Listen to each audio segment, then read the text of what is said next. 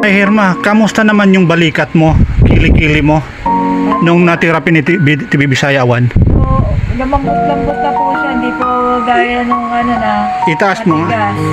Dati ba, ha? Hindi ko po ito na itataas. Hindi mo yan na itataas dati? Etong kaliwa, hindi po. Ilang years? Magdadalawang taon na po, hindi ko na itataas. Eh ngayon, Kaya po na itataas. anong masasabi mo kay TV Bisaya Awan? Bukod sa gwapo na, mabait pa. Pagkawang gawa. Yan, natataas-taas mo na. Talagang handa siyang tumulong, walang kapalit. Ang kapalit niyan, sabi, huwag kang mag-ipon ng kayamanan dito sa mundo. Kundi ang kayamanan sa langit, yan ang ginagawa niya ngayon. Dati ba, nung hindi pa natira ni TV Bisaya Awan, anong naramdaman mo? Dito lang sa Balikat area. Napakasakit po, ang sakit sa Paano masakit?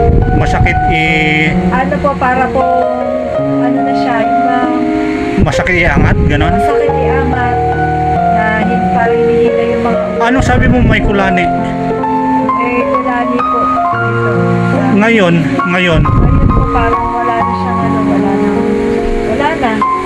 normal? Normal na. Normal na? Ay, maraming salamat po sa Ayos ng balikat ko, maraming salamat sa Panginoon. Talagang pinadala siya rito. Talagang hinahanap ko. Talagang binigyan sa Panginoon na magpadala na sa akin na tutulong sa akin. At siya naman talaga po sa dumating, walang bayad. Maraming salamat, Lord. Kuya. Marami na humawak sa akin, mga ilang tao.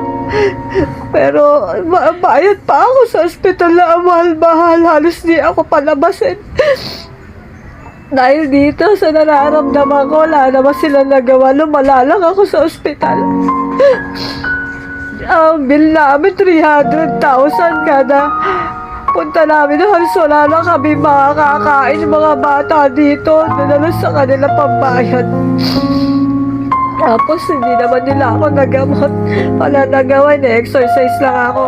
Pero ngayon, hindi ko akalain, kuya. Hindi ko akalain na may taong kagaya mo na handang tumulong na hindi talaga nagpapabayad. Hindi naman tayo magkakilala. Maraming salamat sa Panginoon. Talagang gusto niya ako buhayin. Halos magpakamatay. Talaga patawaran ko ng Panginoon. Sa sakit na nararamdaman ko, alam nila yan, pati mga kapitbahay. Na halos gusto ko na talaga magpakamatay dahil sa sakit.